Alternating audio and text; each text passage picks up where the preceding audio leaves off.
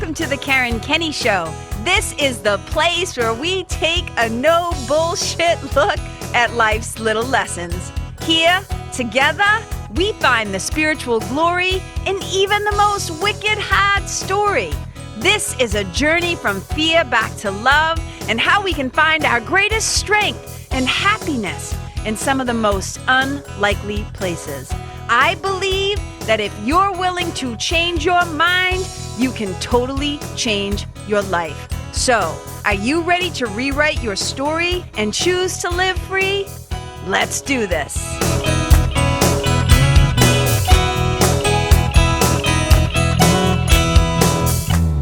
Hey, you guys, thank you so much for tuning in today. I am so excited for today's guest, and you'll see why once the whole interview with Brad Jensen kicks off. But I wanted to do an official little intro so you guys know exactly who we're talking to. So Brad Jensen is known as the Sober Bodybuilder. And his passion for the fitness industry really began when he was like 14 years old. So the story is when he first picked up his very first fitness and nutrition magazine, he just knew. He knew in his bones it's what he was born to do. And he became certified in both fitness and nutrition because he wanted to know the most that he could to be able to help people. So he has a bunch of different certifications, WellFit mentorship, Oracle Applied Science. He's NASM and ACE certified. And his passion for fitness and nutrition and overall well-being, even, the spirituality part. And we talk about this on the show. And it's why this episode is called Spiritual Fitness. It really helped him, lifted him out of his darkest times and helped him to overcome a decade of addiction to drugs and alcohol, which we'll really get into. We'll talk about his sobriety and all of that stuff. So to him, it's not just about physical appearance. That's what I love about Brad. He talks about fitness as a lifestyle that's continually evolving. So I'll let him kind of tell you a little bit more about that. But I just wanted you guys to know his business is called Key Nutrition. He opened it up in March of 2017, and he and his team have helped over 3,000 amazing human beings achieve long-lasting success. He also has a course that he calls the Next Level Experience, which is amazing. He's the host of the wicked popular The Key Nutrition podcast, and he's also a dad to a sweet baby boy, Dominic, and to 2 fur babies, 2 dogs, Champion and Chief. But there's also another guest that's going to be on the show today, and that is Sheena. And Sheena, you guys just have to wait to see what I'm talking about. I don't even want to tell you any more than that, but just know that, you know how we talk about Vicky with 2 Ks from Lawrence, right? Like there's KK, there's Vicky with 2 Ks from Lawrence. Sheena is kind of like an offshoot of a character that Brad plays sometimes. I just want to give you the heads up. So just stay tuned in. You're going to see what I'm talking about, and you're going to be so glad that you stayed till the end. All right, you guys, have a blast. I hope you come to love Brad as much as I do. Bye. Hey, you guys, welcome to the Kenney Show. Okay, I am so excited. You guys know I already talk way too fast, but I am wicked excited. And I'm not even really going to read my guest's bio. I want to dive in with him, but I already told him, you're going to have to be a little uncomfy and sit there while I talk about you. So, Brad, first of all, Brad Jensen, I'm psyched that you're on the show. Some of you may or may not know who he is, but Brad is, amongst any other things, he's a bodybuilder. He's been sober for a while. He is a technically a nutritionist? Yes, no, yeah. He's a nutritionist. He has a huge passion for the fitness industry. He's a dad. He's wicked funny. Like there's so many things. He is the host of the Key Nutrition podcast. And here's one of the best parts about Brad and I's relationship. We barely kind of know each other. Like we just kind of met on Instagram, and I'll let you kind of like tell the story of how we met. And then I can add a little bit more, but here's what I know. Most of the people that I have on this show, especially as guests, You know, I only have people on like once a month, if that. So the real estate to be one of my guests is kind of limited. So if you find your ass on this show right now, there is something about you. There is something about your work. There's the perfect magical storm of, I either dig you, I dig your work, I want more people to know about you. So our worlds just kind of like collided in a really fun way. And I can't wait to dive in and have people get to know you. But let's just start with this before we start with your origin story and how you came to be known as the Sober Bodybuilder and like have all these followers and be like, you know, semi-famous or whatever you call it. An influencer. I fucking hate that word, by the way. You're an influencer. But yeah. Brad, I want to talk about you, but let's talk about us for a second. Tell the people how it is that we came to find each other. Do you remember this story you told me? Absolutely. Yeah. So, first off, thank you for having me on the show. Super honored. And the fact that it's a tight list to get on it, I just feel even better about myself now. And I was fucking late, but we'll talk about why I was late at the very end. It's because I'm an idiot, but it's because I'm not very, I don't remember things unless they're constantly reminding me, but we'll talk about why I was late. You guys will see, and hopefully it'll be worth it. But yeah, kind of crazy how it's just, you know, that it's not odd. It's God. There's no coincidence in life. It's not odd. Wait, pause. It's not odd. It's God. Thank you so much. I'm going to hold up my little spiritual team on the job sign. Thank you so much. I love it. Spiritual team on the job. Yep. So we were destined. So in A Course in Miracles, it says basically, whoever is supposed to meet shall meet. There are no accidents. So not odd. It's God. Amen. Keep going. Yep. So, my soon to be ex-wife, had sent me a podcast, and I remember where I was. It was like 4:00 on a Thursday. I was at the gym, and it must have been like a summertime because I wasn't getting dark yet. It was very light in the gym, and we were there together, not working out. And she sent me this podcast. She said, "You got to listen to this. You will love this lady. I swear she's your spirit animal."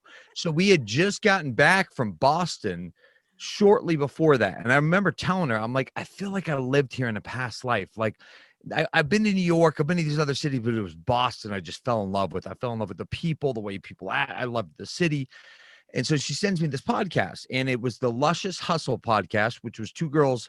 I had never heard of the podcast. She said, no, it's the guest you're going to love. You got to listen to this lady. So I listened to this episode with Karen, with you. And I was like, I fucking love her. I love her. And I listened to the podcast, but then I just kind of went on my way.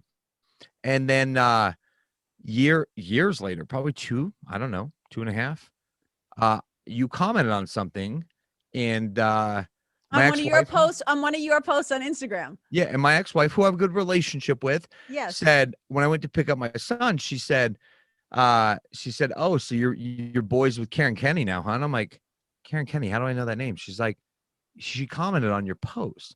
So I was like, wait a minute. So I went and checked. I'm like, oh my God, that's the lady. I love that lady. So I sent you a DM. Yeah, and it was love at first sight. Here we are. So you wrote to me, and then I wrote back, and then I started doing voice memos to you in the Boston accent. So you I was saying things to you, and then you I was doing little mini Boston accent lessons, and it was literally just we hit it off. This is how I know, spiritual team on the job. We hit it off right away. And you remind me a lot of another one of my dear friends, Jordan David. Jordan is also a bodybuilder, but he's a vegan bodybuilder, and he has an animal sanctuary, and he has a crazy childhood story. I know who he is. You know, that's Jordan? So crazy. Yeah. Well, does he have yeah, my wife, I think, was telling me about him, was following him or something. Wait, does he have say that again? Maybe I'm off. He has a huge following. He has yes, she was following him. Yes, he has an animal sanctuary. He's but he's my brother from another mother. And that's how I feel about you. There's just something so there, we'll get into this in a little bit, because I understand one of your clients. So those of you who are now listening to this podcast, this is one of the episodes where I would say to you, it would behoove you to watch this on YouTube because this is going to be such a great episode. But so I'm doing like air quotes when I say, so one of your clients, Brad, that you've been working with for a long time, is also going to join us on the show. Her name is Sheena. I am so excited that she's here with us. And people who are listening, just buckle up. This show is about to get wicked extra fun. Okay, that's all I'm going to say. So, Sheena, stay over there. You're not. Yeah. Nope, you're not ready yet. No, sit down. Sorry, she's coming. She's sit down. Eat that. To talk to her like a child. You'll see. So I'm so like we just hit it off, and it was just like bing bang boom. And then you recently, here's 2 fun facts. You recently had me on your podcast, and it was amazing, and we had so much fun. And just yesterday, you know who had me back on their show? The Luscious Hustle Girls. I literally talked to them yesterday. And so it's all divine timing that we find ourselves here today. Wow. It's Go so great. Figure. So here's one of the things I want to talk about and dive right in. You are known as the Sober Bodybuilder for a reason. So you're not just a dude like bro science, lifting weights, getting big, like whatever. You're all those things, right? If you guys want to see what Brad looks like, you'll see him on the cover of the photo thing for the event, for the podcast. But you jacked. You got guns, right? This muscles happening. Oh yeah, he just.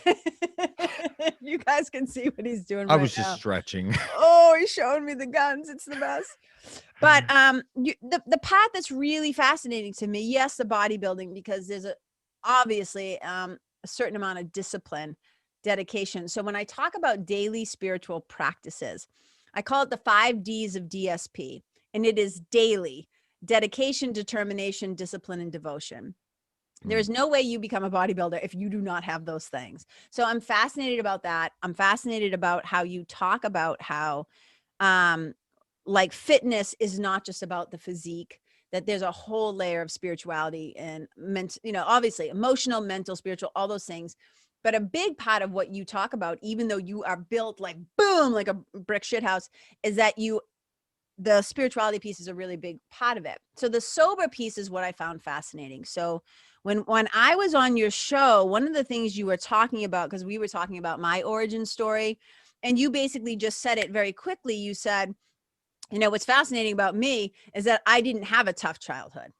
Like I made it hard. So I just thought, I love your honesty. I can tell you've worked a program of some kind because you have a fearless moral inventory taking that you do. And it's very obvious. And I love that. But so can we just start at like, what were you like as a kid? What the fuck happened? And how did you find yourself where you did? And then how do you find yourself here being known for being like wicked smart about fitness and nutrition, and you have a big following, and you're helping so many people. So lay it down for me, brother. Who were you and how did we get here? Let's try to do the shortened story, because I've been known to be a little long-winded with this one. And because after I heard about your childhood, and by the way, your show, which is interesting because I just have to say this up front. Like, thank you for coming on. And I think you helped so many people through the guest appearance on my show. My show is called the Key Nutrition Podcast. And so many people are like, and that's just my company brand name. Quite frankly, it's food, fitness, mindset, spirituality. It's all the things. And your episode has been done one of the best out of all of them. We've had some really good shows. So thank you for coming on. Thank you. And it was a message people need to hear. But as I heard your story, I mean, it was one of those interviews where as I was interviewing you, I mean, I was enthralled. I forgot I was doing a podcast. So your story was, and I thought, it's so interesting how all of our battles and trials are different. I grew up in a good family. I was the youngest of 5 kids from a religious family. In Utah, right? You grew up in Utah? Yeah. Yeah. So, it was the predominant religion here, which is Mormon. Only my father still hanging on to the religion, but my family as a whole very much believes in God, spirituality, and grew up in a good family, middle class. We weren't rich, but I had everything provided for me. Had good examples and role models as brothers and my father, and is it all boys? Is it 5 boys? No, 4 Oh, boys and then my sister Michelle. So oh, that's right. Oh my God. Yes. Michelle, who helped us set up all this magic. yes, Yes. who's also my assistant and the co-host of the Yes. podcast when it's just Yes. me and her. So yeah, and I grew up in a good family. And I say that because I ended up, I was a chubby kid, and was very uncomfortable in my own body. And that's when I sought out fitness, health and fitness. I was 14 years old and I was chubby. I thought I was the fattest kid alive, right? I thought I was just Oh, so fat. Looking oh, back at pictures, I was that pre-puberty 12, 13-year-old who, ate too much macaroni cheese, played too much Super Nintendo. I mean, I was a chubby kid. But I thought I was obese. So I started mimicking things like Chris Farley, Van Down by the River, right, on Saturday Night yes. Live, and people would laugh with me. Like I do that at talent shows. Okay. Can I So I just was like, can I interrupt for a second? And the reason why I want to interrupt is to say two things. Number one, I was also a chubby kid. And my stepfather used to say shit to me like, you look like you swallowed a beach ball. And like just like stuff like that. And then my sister called me Chubs and used to make fun of me. And to this day, now it doesn't bother me. To this day, she's still like, if she were to catch like a Facebook Live or when I would like do stuff publicly, she would write in the comments, "Hey Chubs." And I just laugh. But like, so first of all, I just want to say chubby kid to chubby kid. I remember that feeling of I can relate on some level. And then, wait, what was the second point I was going to make? Shoot. All right. It'll come back to me in a minute, but, just interrupt me. huh? Yeah. Just interrupt me. I just interrupted you, but no, No. but I wanted to just tell you that I understood that. Like I understood being the chubby kid a little bit, like that thing. So I was just like, oh, oh no, I know what I was going to say. Thank you, spiritual team on the job. I was literally just talking to somebody about one of the ways that we take our power back. And I said this, I go, you see fat comedians do this all the time. I swear to God, I was just talking about this. You see it in the film, 8 Mile. Do you know that movie 8 Mile with Eminem? Oh yeah. Do you know that last scene where he does the rap battle and he says, I live in a trailer with my mom. I'm a piece of white trash. I'm a bum. And he basically says everything that somebody else could throw at him first, because then he's like, he has taken away all their power to hurt him, attack him, come at him, because he says it up front. And it's what fat comedians or comedians with big noses or whatever your thing is that you usually get picked on about, when you become like, when you lead with it or become the clown, it's exactly for what you're talking about. It's like a form of protection. And I just wanted to acknowledge that too, because I think it's really important. And now I'm going to shut up so you can finish. So you start doing guy down by the thing. Yeah, you're great. No, yeah, and it's those things where as a kid, I'm watching Saturday Night Live with my family, and Chris Farley comes on and does this Matt Foley, this motivational speaker skit, right? And I all of a sudden get up and kind of like mimic it, just joking around, and my family laughed at me, and I was like, oh, okay. They're like, they think I'm funny. And I remember I was like, well, maybe I should try this with my friends. And so I did. And then they laughed. And then instead of laughing at me and making fun of me, they were like laughing because I was funny, because same thing. I wasn't picked on in the sense that like the popular kid in school put me in a locker, but all my friends who were like, they were nice guys, but they were kids would make fun of me. Like, oh, whatever. Brad's fat. He'll finish the whole pizza, Oh and yeah. Because kids are like dicks. Kids are dicks. super bad dicks, like super bad. And I'd wear the black t-shirt to the swimming pool, and we get 100-degree heat here in July, and so I found an interest in health and fitness, and I'll never forget, this kind of dates me, and I'm not even old, but I feel like I'm getting older now. If there was something called Google around, this would have been a lot easier in my life, but this is 1997. We're at a bookstore, Barnes and Noble. My mom's buying a book. I go down to the magazine section, and I'm this chubby 13, almost 14-year-old kid, hadn't really hit a growth spurt yet, and I pick up this muscle and fitness magazine. I remember looking at it, I'm like, I want to look like that guy. I'd never lifted weights, never done anything. So I started reading this magazine, and I was enthralled, and it was the first thing I've ever been passionate about in my life. I was a mediocre, sub-mediocre student. And I was like, I love this stuff. So I'd ride my bike back there after school, and I kept reading all the books. And so it was the first thing I was passionate about. And I started transforming my body by, following what these magazines were saying. And I didn't have a gym membership yet. So I was doing at-home workouts, but I was doing these diets in these books. Little do I know they were probably for like a bikini girl. So I end up hitting a growth spurt. I lose a bunch of weight, but I also had a growth spurt. Then my friends are making fun of me for being too skinny. So by Oh, this point, I can drive a car, I get a gym membership, and I start lifting, and my body transformed even more. So I'd already been eating really good, probably too yes. little, didn't really know what I was doing, but I was passionate about this. And so I transformed my body. And I'll say this, something happened between those chubby ages. I experimented with alcohol, and at my friend's house, we stole it from the liquor cabinet. It was, the typical, like, oh, you can't do that. Okay, let me try it. And I remember I hated the taste, but I loved the feeling. And I finally was Hmm. comfortable. And when I was drunk, I was really funny. So I thought. But then as I got into this health and fitness thing, I realized just how bad drinking was for you. And the way I interpreted the information was like, you're going to lose every ounce of muscle you've worked for. So I just quit drinking cold turkey.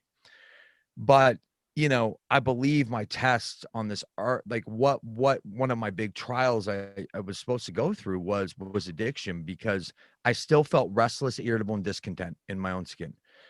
Even as I Even was though you getting look so, bigger. even as you looked good, even as your muscles are growing and you're like doing all this stuff, it's like you're looking in the mirror, and where like a normal, quote unquote, normal, right, person would be like looking at the progress. You're still like your insides and your outsides are not in alignment, is what I'm hearing.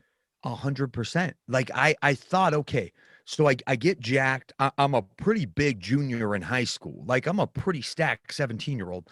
How tall are Probably the you? buff, like 5'10", Okay. but I was pretty stacked. And I, the popular, girl in school that I thought was so hot that didn't know I existed, started paying attention to me, wanted to be my girlfriend, all these things. And I thought that's what would kind of like lead to me just feeling like, oh my gosh, I've arrived. But I still felt this, just a very uncomfortable, very insecure. And it was about 17 years old that I was introduced to opiates, to painkillers. And I never forget, there's moments, I can't remember much from high school, but I remember sitting in this guy's Ford Explorer, this old Ford Explorer, my buddy. And Mhm. before we go in this house party, he looked at me and he said, dude, I got to tell you something.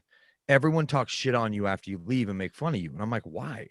And they're like, because you drink your protein drinks instead of alcohol. And they're all just like, call you a meathead. And I was like, well, I can't drink, man. I'd go in there with my muscle milk, ready to drink protein drinks instead of drinking alcohol. And as a kid, now I'd be like, well, I don't fucking care if they talk shit, whatever. But I was like, oh, that's not cool. And he said, well, I don't know, man. I know you don't want to drink, but I've got these pills that will make you feel like you're drunk, but you won't have a hangover tomorrow.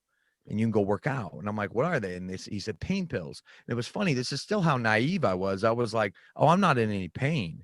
And he was like, no, man. They'll make you feel drunk with no effects. And I'm like, done. Let me try them. And I remember when those hit me at that party, I had arrived. That was the feeling I had been chasing for. And I remember looking at him and I said, I want to feel this way the rest of my life. I loved it. Loved it so much that the next day I said, we got to get more of those. And he says, oh, I can't, man. I took some out of my mom. She'll know. So I ran over there. When he goes in the bathroom, I take some out. Like that is such abnormal behavior for somebody who's done them once. I was already conniving and stealing. And so to sum up the story a little bit shorter, that progressed and I started it's got worse. I started taking trips down to Tijuana, Mexico, from Salt Lake. To give you an idea, that's like 14 hours. It's not like it's 4. And I would go to the pharmacias and I'd load my door panels up with all kinds of narcotics and seal them back on and drive through the border. And I didn't know how many federal felonies I was committing, Oh but my God. and so I have all this. Now I get into my first entrepreneurship, which was drug dealing. And I started dealing to different high schools. Wait, can Again, we just just kind of pause for a second? Like a couple of things here. I want to back up and ask you a couple of questions, but I love how we just made drug dealing entrepreneurial. Like that is like the best. That's like the best. So that's wicked funny, number one. But let's go back because I think it's wicked important because a lot of people who listen to this right? Like I didn't get the addiction gene. I did a lot of drugs. I got high the first time at 12, smoked my first cigarette at 8, got drunk at 12 on Mad Dog 2020. Like I played Yeah. cocaine, mescaline, like I played, but I could literally start smoking. I would smoke a pack a day for a year. And then I'll wake up one day and I go, yeah, I'm not doing that anymore. And like, I would be done. And so my friends who are addicts or have the addictive gene or the nature, call it whatever you want to call it. They're like, so those of us who have never been really like, yeah, some people might be addicted to sugar or chocolate or whatever. Everybody's chasing a thing, but it's a really different thing to be like, I tried it once and then I was all in. But here's what fascinates me the most. Here's what I really want to know about. When you said that feeling is the feeling that I was chasing like my whole life. That's what I want to hear more about. What did it feel like? Was it more that your inhibition dropped, or your body felt warm, or you just relaxed, or you felt more? Can you talk about that piece for a second? Yeah. Thinking back, it's a great question. I remember for the first time in maybe my whole 17 years of existence, I felt comfortable in my own skin. Yeah. And in like in a really weird, demented way, it was almost a spiritual experience that first time because I didn't have that twinge of anxiety. Yeah. I just finally felt whole. Like Yeah. I had always felt like I mean, it was much more an emotional. Sure, physically I felt great, but I remember just thinking, oh my gosh, I don't have any anxiety. I feel comfortable. I feel confident. There was this false sense of confidence and Mm-hmm. um, even a little bit of arrogance, and it felt good because I was still this fat kid. So even though I was buff, I was very insecure Mm-hmm. and like So couldn't you had an inner fat kid in a fit body. yeah, 100%. And in that moment, it's like the fat kid went away, and I was like, You "Oh step no, forward. I'm the man. I've done this work. I am the biggest kid in my high school. I do have the most muscle." Like, you know, and that's what it felt like. And I remember just thinking, man, like it felt so good. I remember I got home that night. I had some long chat with my mother about deep stuff, and I was like, "This is the trick, Here's drugs." what's yes. Okay. Here's what I love though. So in spiritual work, I always talk about it like one of my spiritual teachers, Ken Wapnick, kind of talks about it like this. He would say, when we view a piece of art and we just go like, oh my God, or when you listen to a song or read something, whether it's poetry or prose or whatever, and you are taking something in and it makes you feel a very particular way. We think what we're having is the experience of that thing, the drug, the music, the sex, the orgasm, like whatever it is. Mhm. What we're really trying to experience is God. Yes. What we're really trying to experience is God's love. And we confuse it. And that's why it was so important when you just said, I was laughing because you said it was a false confidence, because you were saying, for once I felt whole. And what I'm thinking is like, we're always already whole. That piece that was missing is the holiness. And I don't mean that in an ultra religious way. You know what I mean when I say that. I know I can say these things to you and you get what I'm saying. Yeah. But it's like, this is what I'm saying. I think this is what we're searching for when we're chasing the money or the sex or the title or the prestige or the house or the vacation, like whatever the fuck we think we're going to get from these external things. It will never satiate like the divine will. No. Couldn't have said any better. In the recovery community, which I'll get to, obviously I'm sober today. Yeah, I heard early on that I suffered from a spiritual malady, and that Yes. like without a spiritual connection, like I'm left to my own devices, and that I had to find a chemical solution to a spiritual problem. And so in that moment when it was this kind of demented spiritual experience, that's what I thought I was feeling. And Yes. so that progressed, and eventually the pharmacia deals ran out, and I didn't go down there anymore because my friend got busted and got stuck in a Mexican prison, and I'm like, I'm way too fucking pretty to go to prison. I'm not doing this. And so all the drugs ran out. And when they ran out, I found out I was addicted. See, I didn't know what I was selling to high school kids that were doing them on weekends. I was not selling to junkies. So Yes. I'd heard about like these awful withdrawals, but I hadn't ran out. So by the time I graduate high school, I'm fully addicted, but I don't really know I am because I'm using a couple every day or few, but I always had them. So I ran out and I got gnarly sick. And I was like, oh my God, this is what withdrawals are. This is the worst I've ever felt. And, you know, I happened to be with some people I shouldn't be with, and heroin was presented to me. I remember distinctly thinking that was a line I drawn in the sand. Like, no way, that's gross. I don't do that. Like, I come from a good family. And I said no at first, and it was probably all of a minute later. I said, let me see it. And so I shot up heroin for the first time, and Mhm. that gets worse, never better. So Yes. it spiraled, and that was it, you know, just over 18 years old. And by 20, I ended up in my first treatment center. And when I told my parents I needed to go to rehab, they said they knew I partied. I wasn't living in the house, but I didn't look like a heroin addict. I still went to the gym. It was nuts. And they said, for what? And I said, heroin. And I'll never forget all longest pause. And I said, hello, hello.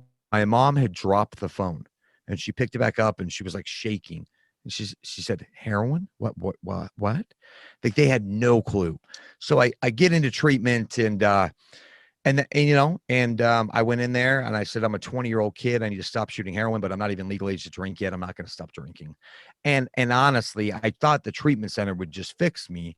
And I thought that I just kind of had a bad run with heroin. It was heroin I need to stay away from. So, um, you know, I get out of there and I proceed to start drinking, and real quick it ended back to cocaine, and the cocaine right back to the heroin.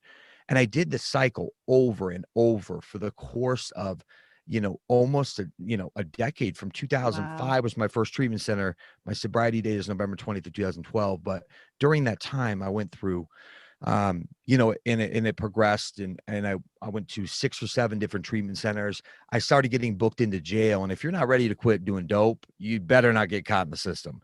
So I kept getting Mhm. put on probation. That I violate probation, I'd go back to jail. And so I had 17 bookings into the county jail here, and would do stretches of a couple months or 2 months or 6 months. One time I did a year, and I'd get out with renewed hope. And again, this is why I'm so big on spirituality, and why I hear you when you talk, was I missed, you know, I missed the spiritual part of recovery. And what I've been told, what I know now to be truth, my truth, is that if you miss the spiritual part of recovery, you've missed the whole recovery. Right.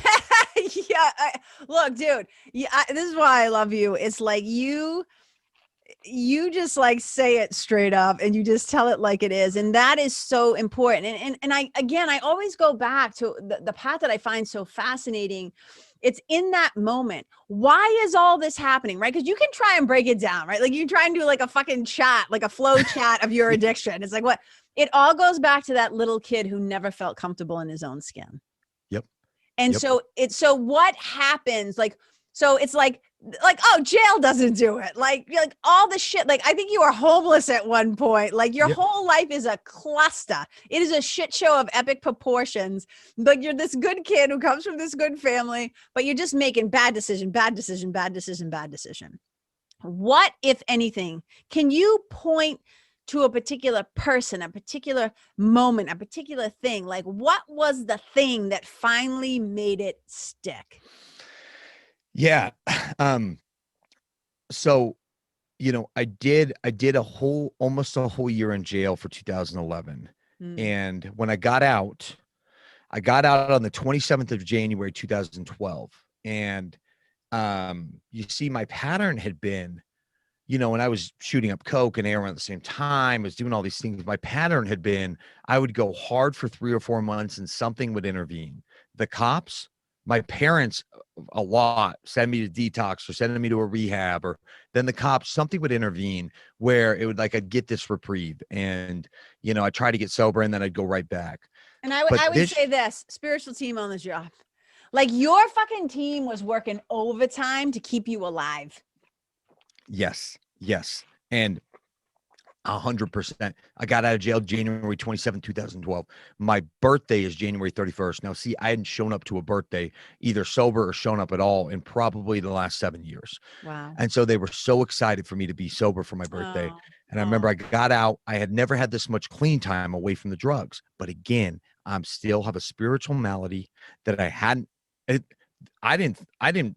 You know, people find God in jail. I didn't. I didn't do well, much of anything. wait, Jesus. Wait, you didn't find Jesus in line in jail? Yeah, I mean, I probably should have tried, but I didn't. You know, I didn't get him on the cafeteria plate, and so I get out, and I'm still this kid, and I'm still scared, and and the craving comes back, and I go to, and I make the call, and I'm sweating and I'm crying. And for once I could tell myself, you know, I learned these, you know, play the tape through. I played the tape all the way through, driving downtown to meet this dude to get heroin after a year of not doing anything.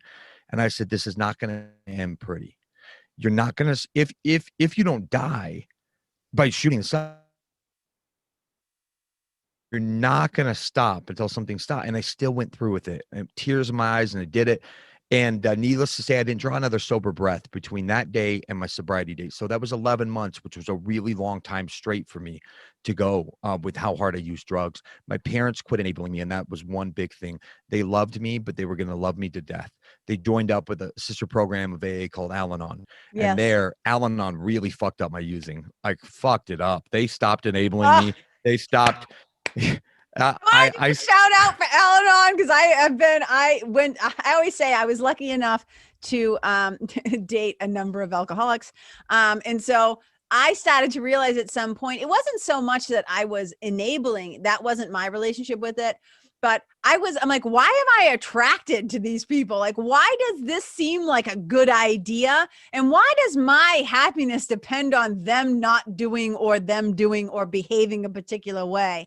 And my Al-Anon sponsor, I was only in for like a year, but man, did it make a difference. And I remember my wicked annoying, because she was fucking smart, Al-Anon sponsor, Lauren. And I came to her one day and I was like, yeah, but he's doing, she's like, I don't care. And I'm like, yeah, but I don't care. And I'm like, yeah, but she goes, look, keep the focus on yourself. Yep. And I was like, what? Like, oh, so like if we have plans and that person doesn't show up, or they break it, or they let me down, like, you can have a plan B, she says to me. Like, it was literally like you're in a fog and you have no idea. So I can imagine your parents' enlightenment when they go to Al-Anon and they start to understand, oh, part of this is on you. Not meaning your usage is on them, but like, you're part of this system that has been created that's allowing him to act like a little, like an insane, like addict. I love when you said, my parents chose to stop enabling me because they were going to love me to death. Yeah. Dude. Yeah. Literally like that, love me to the grave. They were trying so hard. Wasn't there a story you told me? I could be totally pulling this out of my ass, but I don't think I am. Wasn't there a time like either you shot up in front of your mom or you were in the backseat of the car? Was that you, where you were high in the backseat of the car and she was crying? Yeah. So yeah, I mean, that when I was leading, that whole year got so bad. And because they finally let me hit the bottom without putting the pillow underneath, I would hit some below bottoms, but I was homeless for that whole year, and I was resourceful. I never slept on the streets, but I slept in some shitty places, and started doing methamphetamine that year, which brought me as close to whatever the lower powers I've ever felt. And at the very end of that year, and this was the turning point when we got to the end of the year, and I was like, man, I got to stop this. I can't, but I don't know how. And my grandfather died about 5 days before I got sober. So my mother called me, informed me, and said, we're having a funeral. And she said, I got to pick you up. She said, do whatever you got to do to just be okay. And I knew what that, she knew what that, she knew I was an active heroin. She meant, don't be too high that you're drooling on yourself, and please don't be dope sick. And I'm like, oh, if I could only find that mix, Mom, that perfect little mix. So of course, because I ran out of it, I'm dope sick when she picks me up, and I'm trying to fight through it because I love my grandpa. And I was like, "Hey, just," and I start throwing up in her car, and she's Mm, crying. She said, "You can't go up like this." I said, "Just take me back." She said, "No, you have to show up. This is so important." She said, "What do we have to do?" And I said, "You got to stop by this guy's house." So she stops by, and I go in and get the drugs, and I get out and get to the car, and we're already going to be so late because I made her go so far out of her way. So she said, "Do whatever you have to do."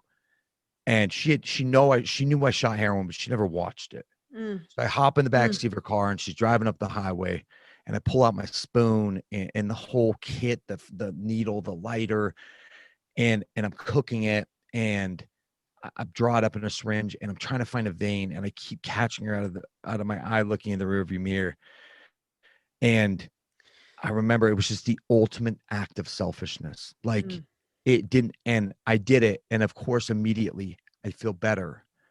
But I remember kind of looking my head up, and I'll never forget. I don't remember tons about that year, but I remember looking in the mirror, and she's just sobbing down, just tears. mm, And she mm. didn't say a word. She didn't say a word the whole ride.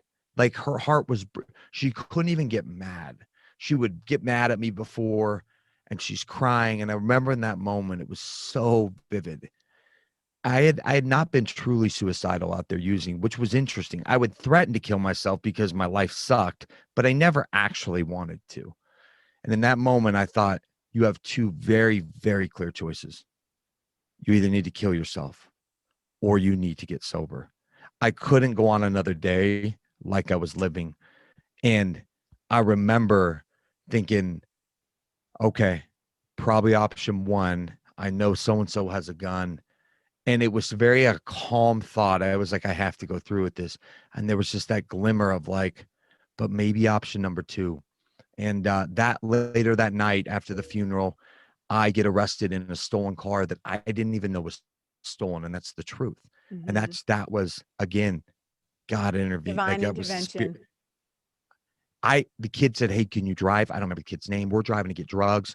And I almost hit a cop because I'm not paying attention. We get pulled over, and I remember him telling me, "Oh, dude, this car's stolen." And I thought, okay, there we go. And it was this weight. I remember being so calm in that moment. I knew I was going to go through detox. I knew I was going to jail.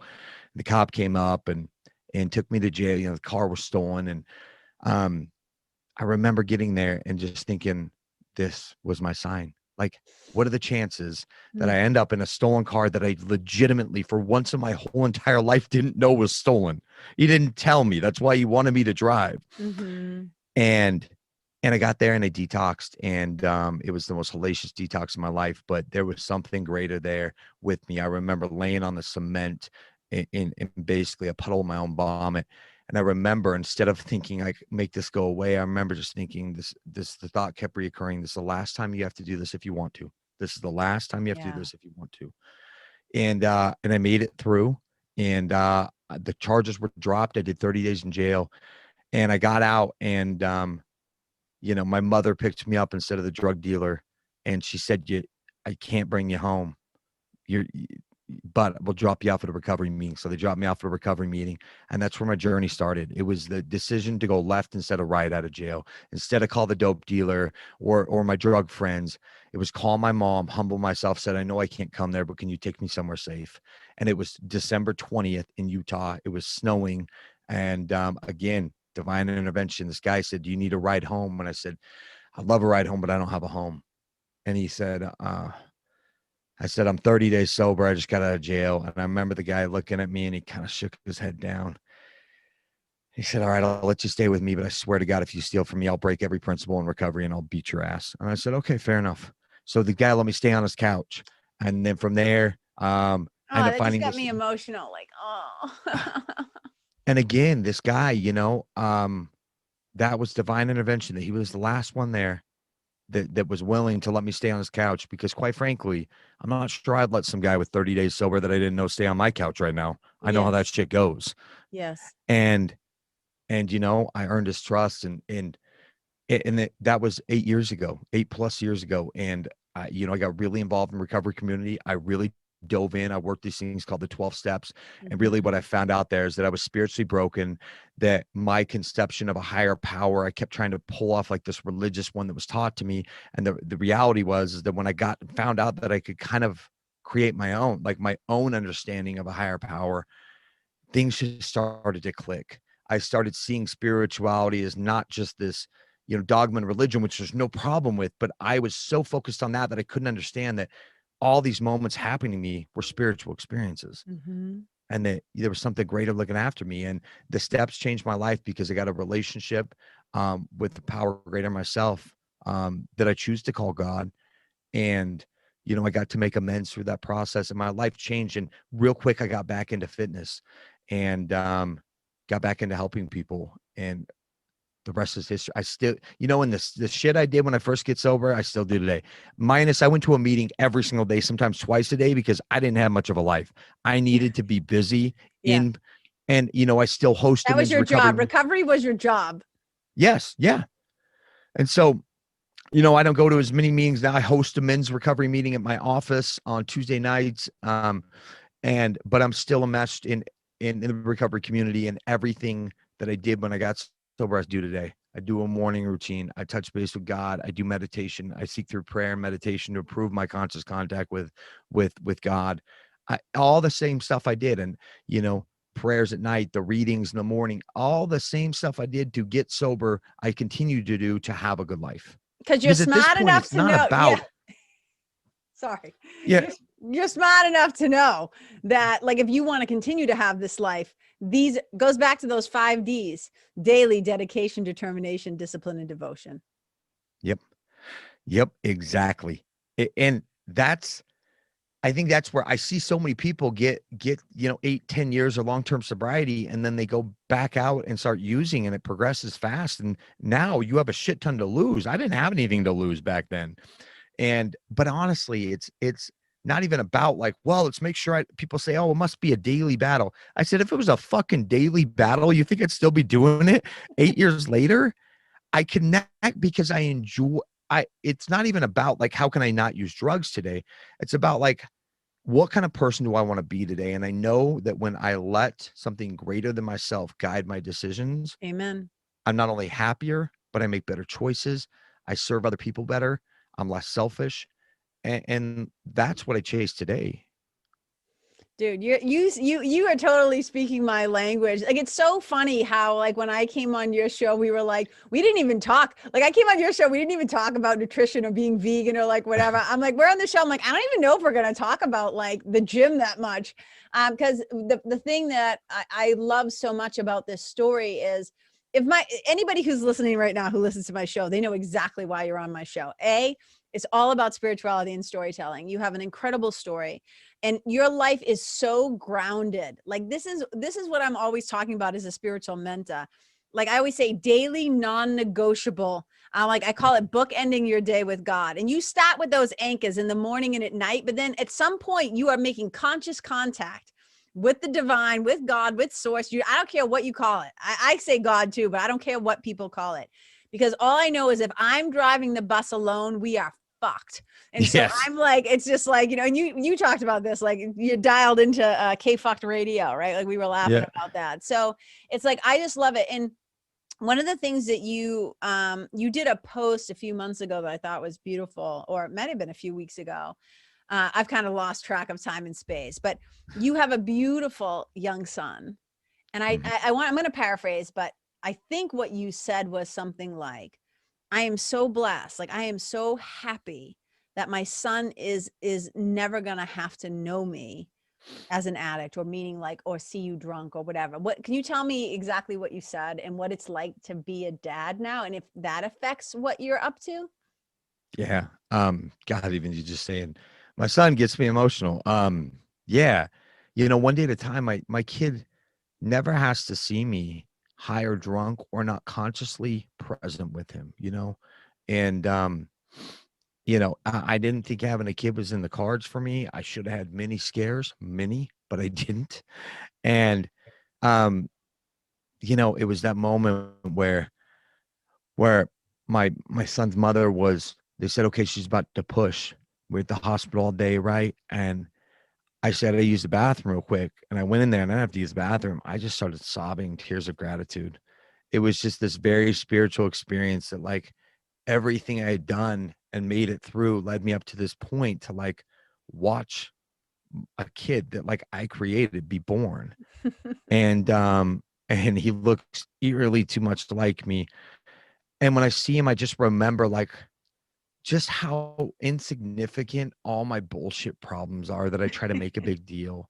Like I'm like, this kid is just full of love, and I get to be there for him, and I get to set a good example, and that's another leverage point for me to continue to walk the walk and speak a language that hopefully as he grows up that he understands that like we just truly are, spiritual beings having human experiences, not human beings. Like I just believe that. And Mhm. when the example I get to set for him about what being a man looks like today Mm.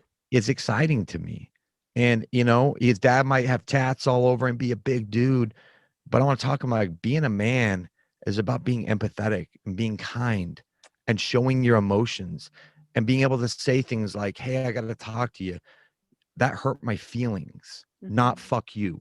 Mhm. Puff your chest up. Like, that's just not how I live my life today, you know? I do know. I do know. It's why you're So on the show. I do know. And he's only like what, like a year old? He's a little guy. it's 7 months, 7 months. He's even younger. So it's just, dude, I am just so like happy for you. I am happy for him that he gets to know you. Like this is like my branded sweatshirt, right? Like stop playing dumb. What it means, stop I playing love it. dumb, is like stop playing dumb about who you really are as like one of God's kids. Stop playing Yeah. dumb about who you really are. Because as soon as you stop playing dumb, you're fucking shit out of excuses. And so, Yep. because it's like once you remember, oh yeah, I always say to people, you are one of God's kids. Start acting like it. And I Mm. love that you have stopped playing dumb about your true nature, which does Mm. include that strength and that wholeness and holiness that you were always seeking. It was always within you. It's like the Wizard of Oz. Like Dorothy thinks she has to go to Oz to get the gifts, but it was right there in Utah, aka Kansas, like the whole time. And it's just Yeah, like yeah, yeah. we have this spiritual amnesia, right? And then all of a sudden we remember ourselves. And the fact that your son is going to get to see that part of your strength is your vulnerability, and he's going to get to see you be present. And like I am just so thrilled. And talk to us just a little bit. So anybody obviously who comes to work with you for a training program or for fitness or like whatever, your coaches in your business, this is part of the heartbeat of it. They don't just get like a food plan or whatever. There's like this piece of it because you bring your whole and holy self to your work now. So talk to us a little bit about, just tell people like how Yeah. you help people in the world. Like, what do you do in your gig?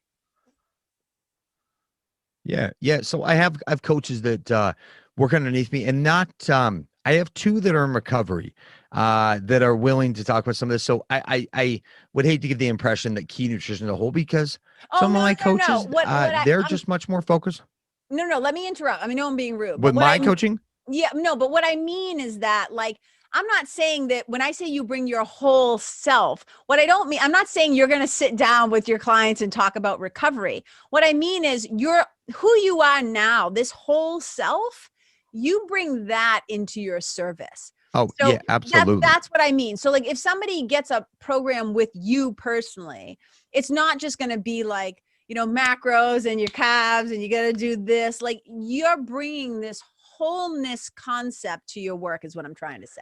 Yeah, absolutely. I tell them. So on the discovery call, we chat, and I say, hey, listen, I'm just going to preface this up front. I'm a coach that's going to tell. I believe that being fit is this four-legged chair, and we have your obviously your physical fitness, and that's why you think you're coming to me, and that like you are, but we cannot get this. It's like balancing on this chair that's wobbly. Then you have your mental health, your emotional health, and your spiritual health, and they all tie together because they impact your decisions. And you can't figure out why you keep emotionally eating, but you're an emotional wreck who has no spiritual connection. And like my job is to help just to point that out. And I tell them I'm a guy who's going to talk about things like, hey, I didn't give a shit about your food this week. I want to challenge you to finally do the meditation we talked about and gratitude journal every morning. then we'll be able to work on the food better next week. Like that's how, and so I tell them up front, if you just want somebody to do your training and tell you what your macros should be, you can probably find a coach a little cheaper than me that's just going to do those things. I'm going to talk about this whole well-rounded approach, and I pull off my experience. I don't know what it's like to be addicted to sugar, but I know what it's like to be addicted to something. Yes. And I know that when you feel lost and you feel, hopeless, I get that feeling, and I get the self-deprecation, and I get all that. So yeah, I tell people that I make it very distinct to them. Like, I'm a coach is going to talk about these things, because it's not just like you can't make your macros work because you absolutely suck. Obviously something is driving those. And oftentimes, we can identify some tactics to do to get you more sound, some breath work, some meditation. So you're just a little less fucking antsy, and you can actually pause when agitated and make better decisions. So yeah. Well, 100%, because I remember in our conversation on your show, but also something that you said earlier in the podcast, in that moment when you said you have a decision to make, you can kill yourself, or maybe option number 2. And something that I know that runs deep through my work, but also through your work as well, is that it's all about, you get to make a choice. But if you don't have the ability to pause, if there is not a space between the insane thoughts, then there's actually no choice making. You're just doing everything out of fear and habit.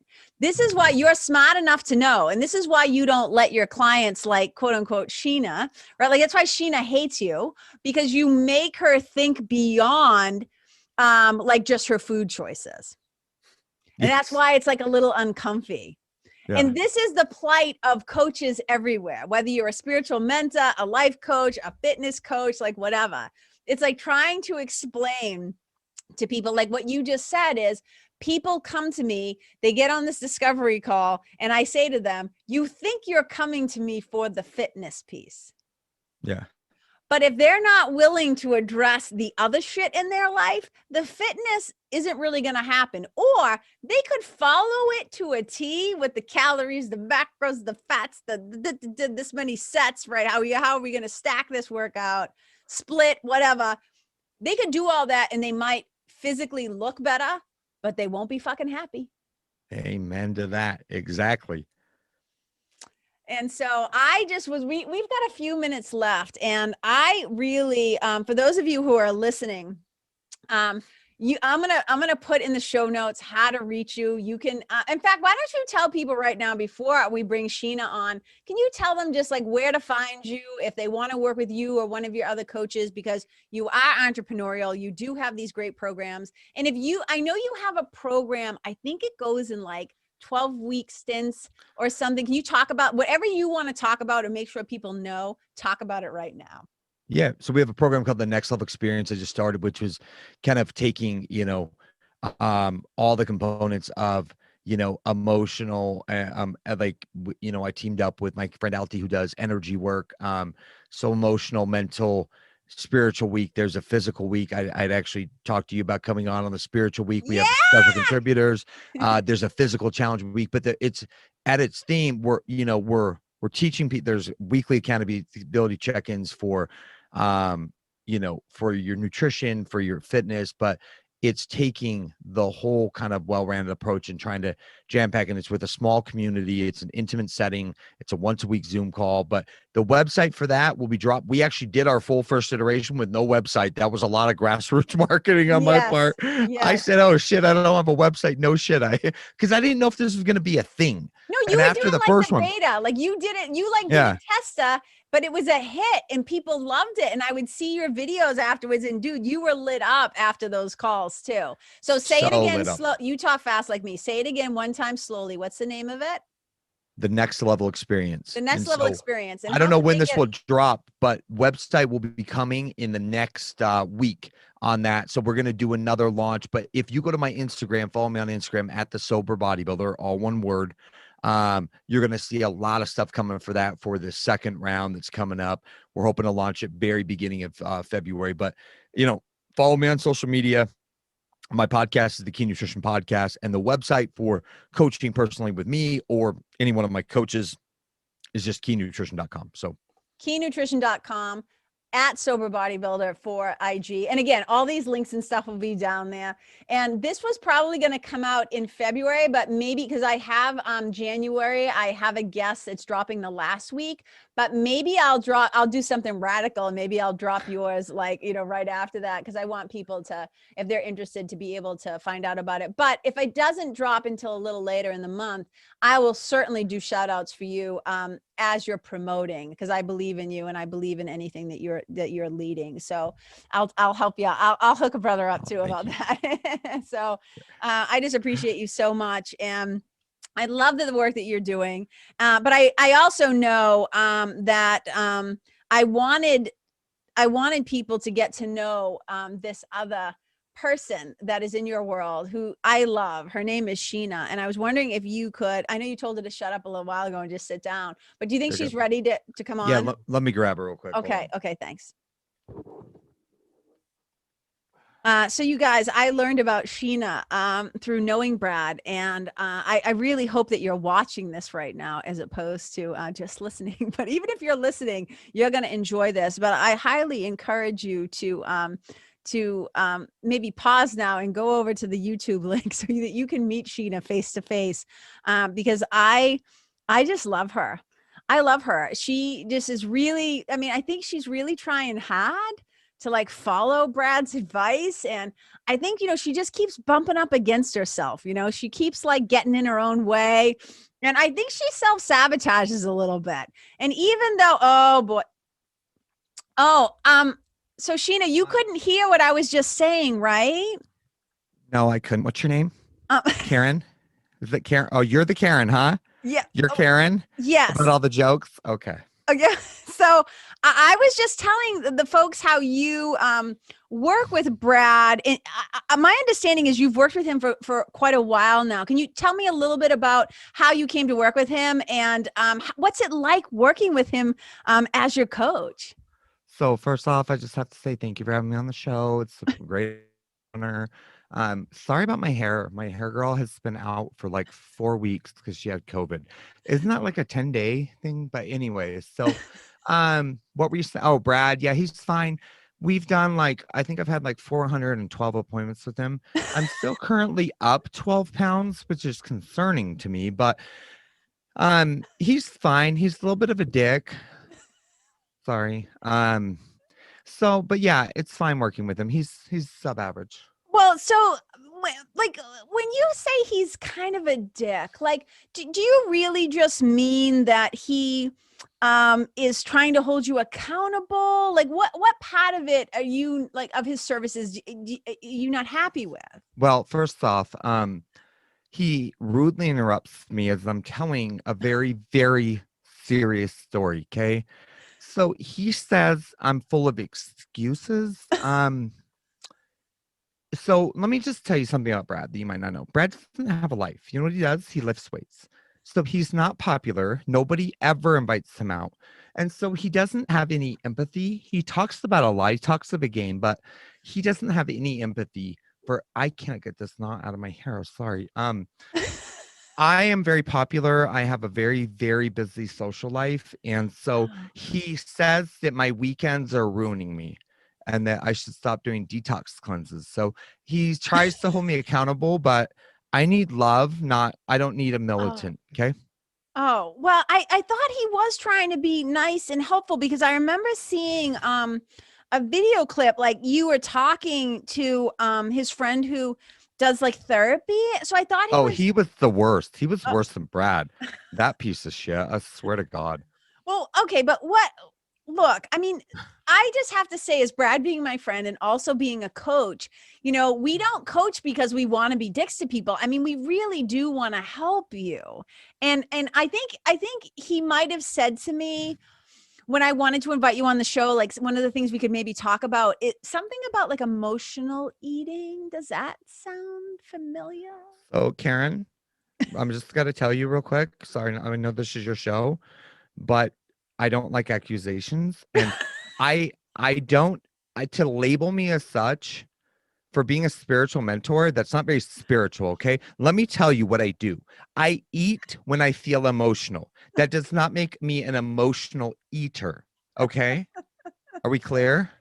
I mean, I am hearing you loud and clear, but I think I wasn't being judgmental. I was actually just leading with curiosity because I was trying to understand why, if you've had 421 appointments, like you're still 12 pounds up. And I'm really coming from a place of love, Sheena. I'm not trying to bust your balls. I'm really trying to understand you.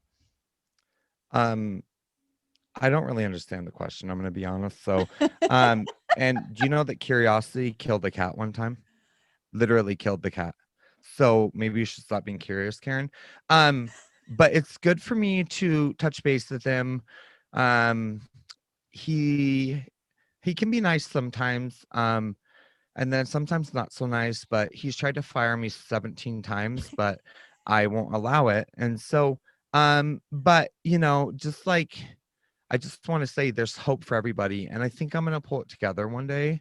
I'm looking for the right man. That's my problem. I Oh, keep wow. finding dudes who just want to go get drunk and then go get a burrito. And so I'm looking for just the guy who's into fitness. If you know any friends, you send them over here to Utah. Okay. Well, I don't know anybody single in Utah, I think, except for No, Brad, but just I think that's like client thing. Like you ew. can't, No, and oh, he's disgusting. Are you serious? Who gets a neck tat? You know who gets a neck tat? A degenerate. Okay. He might as well just go to prison. He's okay, but not. You know how gross that is? okay, but look, Sheena, I mean, from woman to woman, okay? You haven't let him be fired. You continue to work with him. So can we, in the spirit of the holidays and with the new year, maybe let's like go into the new year positive. There's something about him that keeps you working with him. Can we maybe like dig a little deep and find something nice or your favorite thing about him or something positive that we can end the show on? Because you're my closer, Sheena. I mean, like you're this important. I am like closing out the show with you, and I think you can help people. So You really, can we shine a light on something nice or positive? but hold on, go right back. Did you mean that? Of Did you course really I mean? meant it. Of course I meant it. It's like everywhere I go, I'm the star of the show. It's so it's always flattering, but it's kind of overwhelming. I think one good quality about Brad is you know, he so he writes posts and at the end he says, "You got this." And sometimes he tells me when I'm leaving, "Hey Sheen, you got this, girl." And that always makes me feel really good. And I feel like I do get I got this shit Monday through Thursday all the time. And so he's the good cheerleaders and you got this. And I like that about him. So if I had to pick one thing, that was probably it. I'm not sure he's really the smartest, but that's okay. I mean, Mm-hmm. whatever. So because we can forgive him for maybe not being the smartest, but I think he really cares about you. Yeah, I I think mean, I think he really tries. maybe it's like that tough love that my mother always gave me. Hmm? Yeah. Yes. And he knows I have daddy issues anyways, so he doesn't need to bring that bullshit into our appointment. Oh Okay. yeah, because you're not a big fan of the spiritual stuff, right? The mindset stuff. Does that bother you a little bit? Oh, I think it's so woo woo. Oh, let's connect in the morning. Like, let's meditate and sit in silence. Like, no, that's fine. I do believe in positive affirmations though. I usually tell myself how beautiful I am and um that my hair is just perfect and that I am just the star of the show. Well, you So, you you are the star of the show, and you captured my hat, and it's why I wanted Brad to ask you to come be on the show.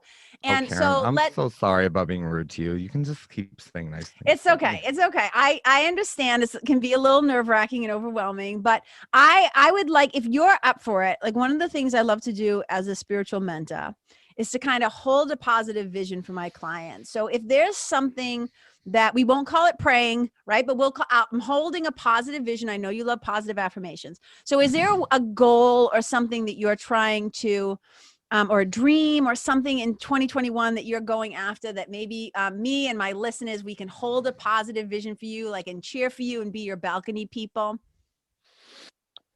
Well, let's see here. I have a long list of accomplishments I want to do in 2021.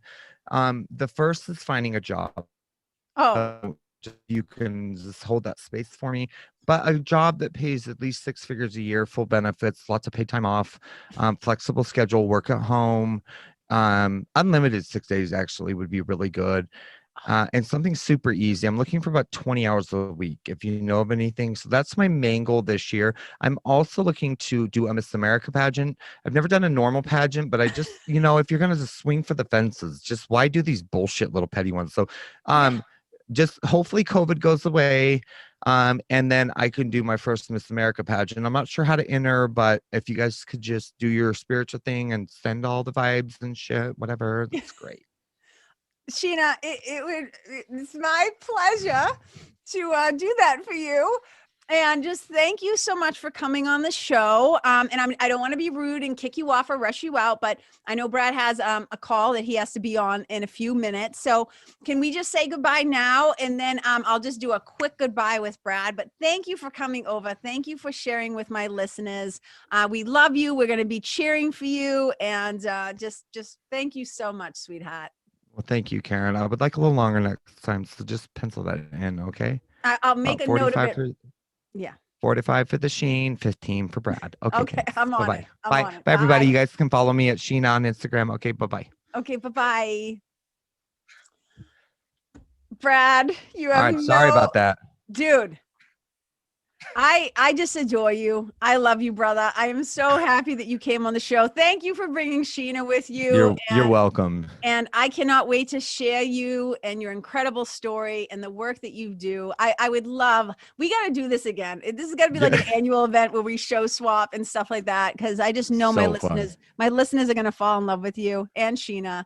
And is there any final thing, like if there was somebody who's just finally trying to become fully embodied in their body, in their fitness, with their eating, drinking their water, is there any final thing that you would just want to say to the folks who are listening right now? Just sounds cheesy. Just take it one day at a time. And there's everyone's racing to lose weight the fastest to a finish line that doesn't exist. This is an in perpetuity deal. This health and well-being and fitness and longevity, it's a lifetime deal. So take it one little step at a time, just like I do when I got sober. One little step at a time. I had a 505 credit score and like all these shit. I had nothing. One little pebble at a time. So be patient and be ruthlessly consistent, but find something that works for you, that you can say when you're doing whatever to lose weight, I could do this in some way, shape, or form the rest of my life, give or take. Obviously you're not gonna be dieting your whole life, but the way you're going about your health and fitness is something that is sustainable. Because if the approach isn't sustainable, the results will be very hard to be maintainable. I 100% agree. Are you taking personally any clients on right now? Yeah. I have a few spots. Yeah. And I have a few spots open right now. By the time it's launched, I might have a small waiting list, but usually it's just a month or so. So yeah, yes, I am. So just if you apply, and if I'm too busy, Michelle will reach back and say, hey, this other coach would be great for you, or he has a 2-week waiting list or a month. But yes, I'm still taking him. I just cap it out. So. And you coach, it's virtual, right? So somebody in like New Hampshire or whatever can like get your assistance in your Almost home. all of my clients are virtual. So amen, brother. Dude, thank you so much for making the time to come on the show. I appreciate you. I love you. I love you. I hope you have an amazing rest of your day. We'll circle back. I know we literally both got to run. So I will circle back with you offline to connect and to show a little more gratitude. But just dude, thank you so much for being here. Those of you who tuned in, thank you so much for listening. I love you. I appreciate you. I celebrate you. Wherever you go, may you leave the people, the place, the animals, the environment better than how you found it. Wherever you go, may you be a blessing. Bye. Hey, you guys, thank you so much for tuning in to this episode of the Karen Kenney Show. I super duper appreciate your time, friendship, and support. And look, if something that I shared from my heart today somehow landed in yours, I'd love to hear about it. So please tag me on Facebook or Instagram or IG stories or wherever the cool kids are hanging out these days. And let me know what your favorite part was or what you found most helpful. You can find me over at Karen Kenney Live. That's Karen, KENNEYLIVE. And if you're digging what I'm saying and you want to hear more, I'd be wicked grateful if you could go to iTunes and subscribe and leave a review, because you guys, that's how you'll help me to keep spreading the love. And if you can think of someone that could benefit from hearing this episode, please share it with them. I'd also love to stay connected with you. So if the feeling is mutual, please go to KarenKenney.com/freebie and download my free guide to building your spiritual team. Until next time, my brothers and sisters, keep living in the fearless flow. Know that I see you, I appreciate you, and I love you. And wherever you go, may you be a blessing.